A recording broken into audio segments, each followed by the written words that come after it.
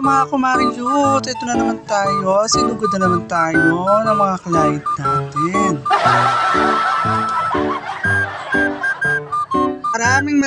Maraming salamat sa inyong mga suporta at sa inyong pagtitiwala sa Luming Beauty Salon. Isang client ko dyan nagpapariban, isang client ko rin nagpapa-hair color with Brazilian at isa kong client. At yan nga, meron akong pedicure manicure at hindi lang natapos ko ng isa dyan dahil natulog na siya na antok na. Diyos ko.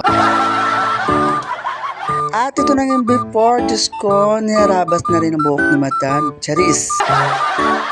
Yung ka-after niya, iba talaga pag nakaani na. Kaya nawala na nga ang kanyang dry na buhok, o diba? At ito na nga isang client ko na ang sumunod. O diba, nagpariban with color with Brazilian. Ito naman sa inyo, may kanya-kanya tayong discard at kung paano mapaganda ang buhok ng client. At ito na yung isang client. Hanggang dito na lang at maraming salamat.